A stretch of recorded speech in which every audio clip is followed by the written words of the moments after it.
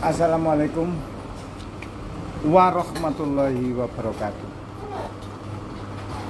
Selamat siang teman-teman. Jumpa kembali di channel kami, Danis Putra Arsitek.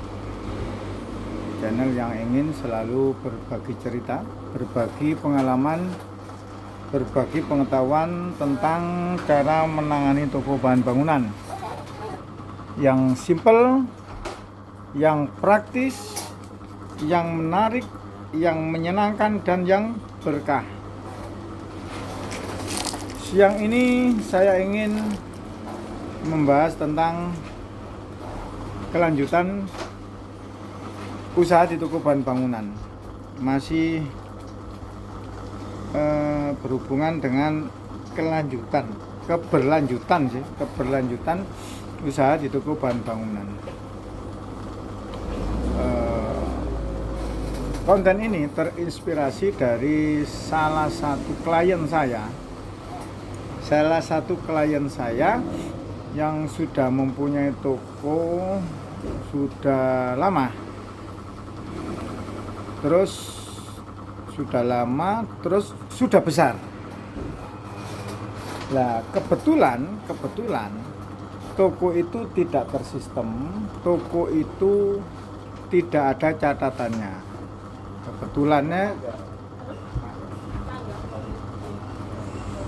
Kebetulannya itu tidak di sistem, tidak ada catatan, dan pokoknya manual lah, pokoknya konvensional, manual seperti toko bahan bangunan pada umumnya. Nah, qadarullah, pemilik toko itu meninggal dunia, sedangkan anaknya masih sekolah. Waktu ditinggalkan itu anaknya masih sekolah. Yang besar sendiri kuliah belum selesai, tapi dari kecil juga tidak pernah diajari untuk ikut kecimpung di toko bahan bangunan. Memang fokusnya untuk belajar, bapaknya untuk pin anaknya berhasil. Yang kedua juga masih kecil, masih SMP. Yang ketiga malah kecil banget. Seiring berjalannya waktu, ya karena ibunya sendiri juga tidak berkecimpung sama sekali, karena ibunya kecimpungnya di dunia kesehatan sebagai PNS dan kecimpungnya di dunia kesehatan. Setelah ditinggalkan, toko itu karena tokonya juga sudah besar, sudah berjalan, akhirnya toko itu yang pegang itu 2 orang karyawan yang dipercaya, bener-bener dipercaya. 2 orang karyawan yang benar-benar dipercaya. Jadi 1 orang karyawan laki-laki, 1 orang karyawati perempuan. Itu benar-benar dipercaya. Akhirnya yang menjalankan toko itu si karyawan itu tadi. Seiring berjalannya waktu, mungkin 3, 4 tahun, 5 tahun. Alhamdulillahnya itu karyawan itu bisa dipercaya dan jujur. Toko itu dipegang selama 3-4 tahun itu, alhamdulillah itu omset masih tetap, tagihan lumayan, nggak ada yang nyendat. Terus makin lama juga makin berkembang. Karena toko itu dipegang oleh karyawan dan karyawati yang dipercaya, akhirnya ibunya sama anaknya yang sekarang sudah besar, sudah lulus kuliah, itu anaknya itu saya mengatakan tuh seperti bukan pemiliknya. Akhirnya ibunya juga seperti bukan pemiliknya, anaknya juga bukan pemiliknya. Karena apa? Segala tetek bengek yang ada di toko itu, akhirnya yang menangani ya 2 orang itu, mulai dari order barang, pembayaran supplier, sampai rekening atas nama bapaknya yang meninggal dunia itu, terus di atas namakan ke ibunya, itu yang pegang itu karyawan dan karyawati itu. Jadi transfer itu atas namanya dia. Lah, makin lama kan anaknya juga besar-besar. Ya makin lama kan anaknya kepingin mengembalikan marwah dirinya dan marwah ibunya supaya seperti pemilik toko, bener-bener ownernya toko. Akhirnya datang ke tempat kami, setelah itu minta dibimbing.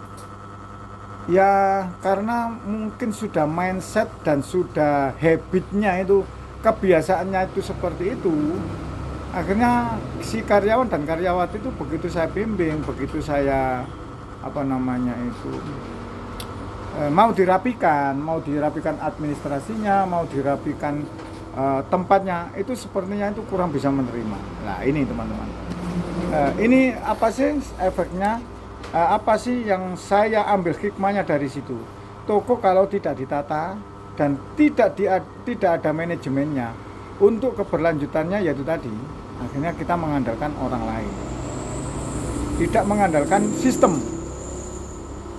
Kalau kita mengandalkan sistem, kalau sudah toko itu termanage, toko itu sudah ada pembukuannya, toko itu sudah ada sistemnya, meskipun ditinggal bapaknya, mohon maaf ya, seandainya ditinggal bapaknya itu nggak ada masalah, paling 1 hari 2 hari, maksimal 1 bulan saja sudah selesai, langsung langsung diambil alih, dikendalikan oleh anak atau ibunya, anak atau istrinya.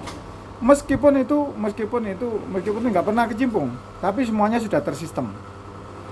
Karena memori toko itu yang tadinya itu di orang tuanya yang meninggal dunia itu, setelah itu didelegasikan ke karyawan dan karyawati itu. Ya yang seakan-akan lebih menguasai memang karyawan dan karyawati itu. Tapi semuanya itu bisa diakali, bukan diakali ya. Semuanya itu bisa diatur sebenarnya, asalkan kita pakai manajemen. Sampai harga jual, kalau harga beli kan bisa kita ngambil sekarang nggak masalah. Sampai harga jual itu yang hafal itu yaitu karyawan dan karyawati itu. Lah, karena saking percayanya dan saking menguasainya, akhirnya pemilik toko itu takut kehilangan karyawan dan karyawati itu. Padahal karyawan dan karyawati itu adalah orang lain, orang manusia dan orang lain. Jangankan orang lain ya, saudara saja kadang-kadang juga nggak nyaman kalau kita kalah dalam mengelola milik kita sendiri. Jangankan orang lain. Nah, ya seperti itu, akhirnya saya bimbing, saya katakan, jangan takut kehilangan kalau sudah pakai sistem. Kalau sudah pakai sistem itu nanti paling lama 1 bulan kita menyesuaikan. Setelah itu karyawan karyawati yang tadinya itu kita andalkan itu sudah nggak ada apa-apanya, teman-teman. Nggak ada apa-apanya di depan kita, di depan siapapun nggak ada apa-apanya. Karena apa? Karena sudah saya titipkan memori toko itu saya titipkan di aplikasi mesin, di komputer. Jadi nanti siapapun yang pegang, karyawan baru, karyawan lama, paling lama saya kalau briefing karyawan karyawati paling lama itu 1 minggu. 1 minggu sudah bisa berjalan sendiri. 1 minggu kalau hanya untuk berjualan saja sudah bisa berjalan. Kalau sekalian administrasi maksimal 2 minggu sampai 1 bulan itu sudah bisa berjalan. Apalagi kita sendiri, kita utak sudah nyaman, teman-teman. Nah itu hikmahnya seperti itu. Toko kalau ditata itu seperti itu hikmahnya. Karena apa? Karena ya itu tadi, kita juga nggak memikirkan diri kita sendiri, kita juga memikirkan kelanjutannya, kita memikirkan anak cucu kita, kan seperti itu. Kita usahakan kita tidak mencari untuk diri kita sendiri. Ya kalau memang usaha meskipun untuk diri kita sendiri, kan kalau lebih nyaman kenapa tidak, kan seperti itu. Kalau lebih nyaman, lebih tertata, lebih tersistem, itu kenapa tidak kalau kita bisa, kan gitu. Dan kalau memang ada yang bantu, itu loh teman-teman. Jadi hikmahnya itu tadi.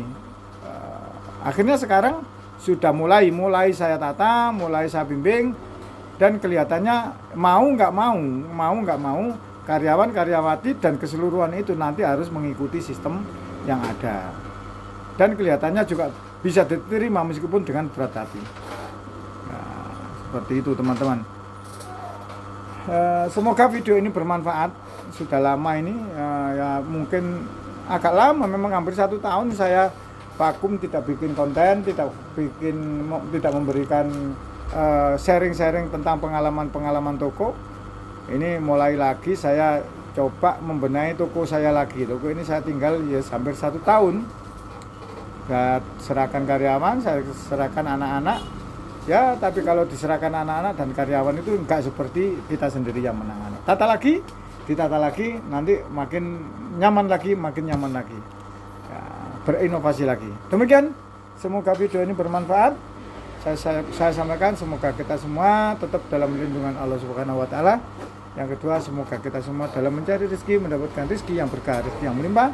Yang ketiga, semoga kita semua tetap menjadi golongan-golongan orang-orang yang bermanfaat bagi sesama. Karena sebaik-baik manusia adalah manusia yang bermanfaat bagi sesamanya. Saya akhiri. Assalamualaikum warahmatullahi wabarakatuh.